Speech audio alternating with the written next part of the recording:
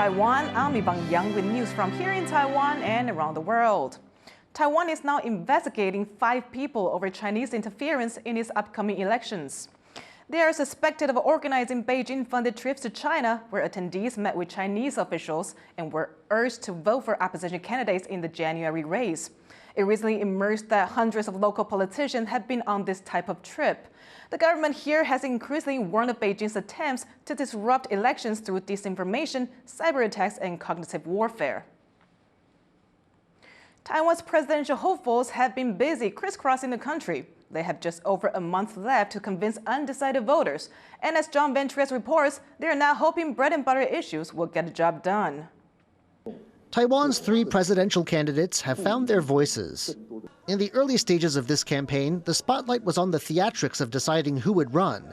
But with that settled, and just weeks until Election Day, it's now time for business. That includes winning over the bloc of voters not entrenched behind party lines, the persuadable. And that means concrete issues are finally coming to the fore. Ko Wen-je of the Taiwan People's Party has taken up a cause that resonates in Taiwan, fixing the country's stagnant wages. He wants to give tax cuts to companies that give raises and force publicly traded companies to publish how much they pay workers.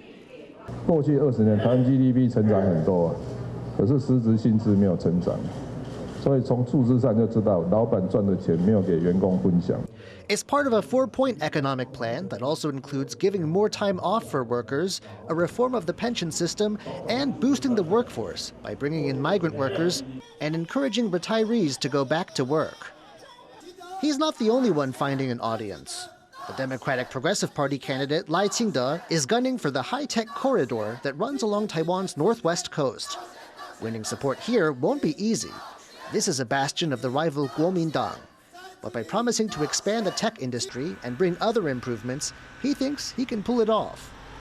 我有提出一个桃竹苗大矽谷计划，因为新竹市的科学园区应该要往外扩，然后同时呢，我们应该要解决交通的问题，还有改善生活环境，然后基础建设要做好。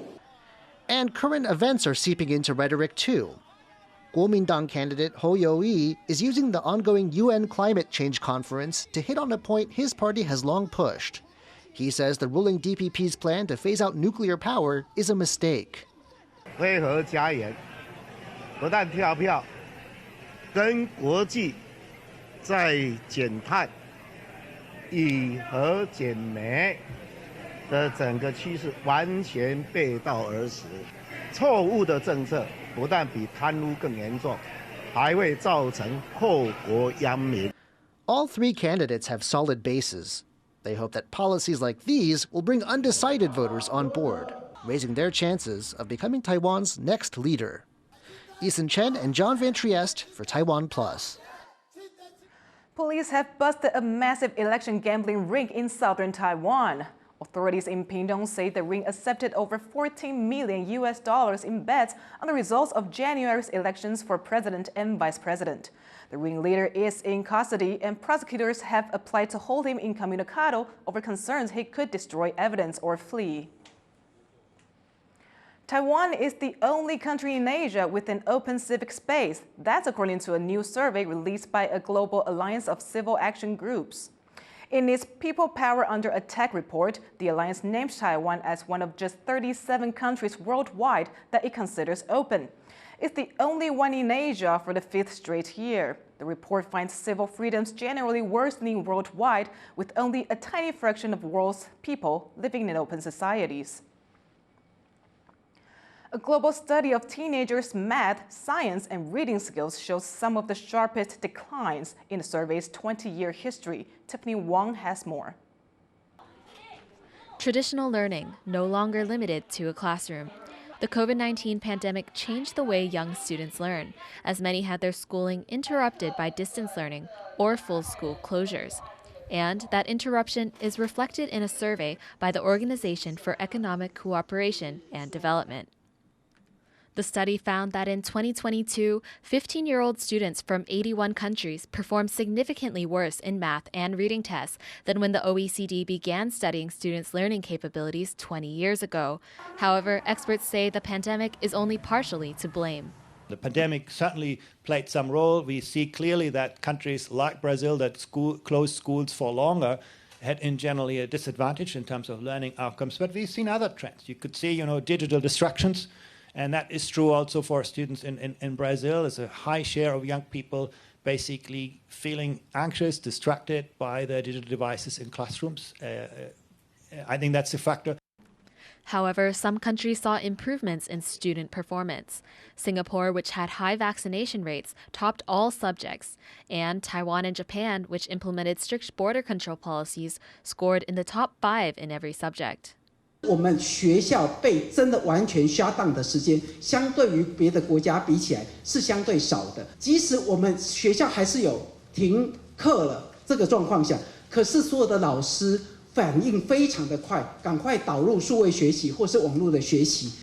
The study is the first to measure changes in learning outcomes since the pandemic, bringing alarming news to educators, who say that even in the highest performing countries, interruptions to early education can manifest not only inside the classroom, but also in workplaces later on, meaning this is an issue policymakers across the globe will continue to face in the coming years. James Lin and Tiffany Wong for TaiwanPlus. Taiwan's Economy Minister Wang Meihua has addressed concerns that the German government might not be able to subsidize a planned TSMC plant in Dresden. 我们都有跟台积电密切联系哈，那大家也看到德国政府也公开说明哈，他们会来解决这个预算的问题，我们一定都会协助。那现在比较主要的问题是要先确认，这个德国方面哈，这个相关的预算能不能克服。 Wang was speaking about a recent legal decision in Germany that could delay construction of the TSMC fab in the country's east. A German court ruled that the use of a special budget to fund climate and technology projects was unconstitutional. This includes subsidies worth around $5.4 billion earmarked for the fab. The plant would be TSMC's first in the EU, is expected to open in 2027. A team of Taiwanese students has topped the medal table at an international science contest in Abu Dhabi. Laura Stewart reports on how they struck gold. Demonstrating control and precision, these robots were built by high school students from Taiwan. They're in Abu Dhabi for the second WorldSkills Asia competition, where students compete in tests of scientific and vocational skills. And the trip was well worth the effort because the team came out on top.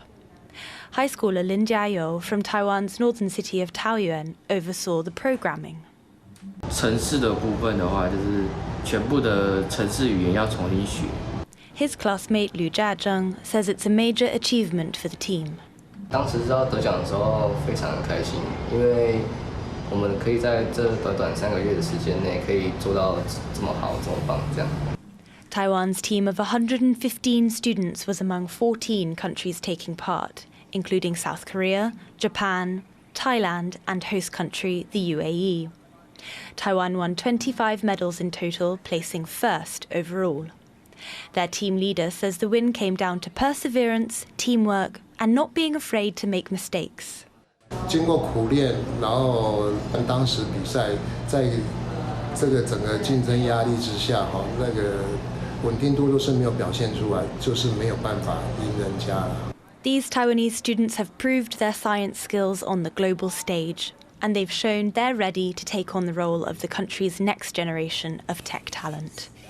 Joseph Wu and Laurel Stewart for TaiwanPlus. Thank you for watching What's Up Taiwan. For more stories from Taiwan and around the world, you can visit the TaiwanPlus website or our social media. Finally, take a look at this performance of the Snow Queen Ballet. Denmark's Queen Margrethe is a member of the creative team. I'm Yvonne Yang. Take care, and I'll see you next time.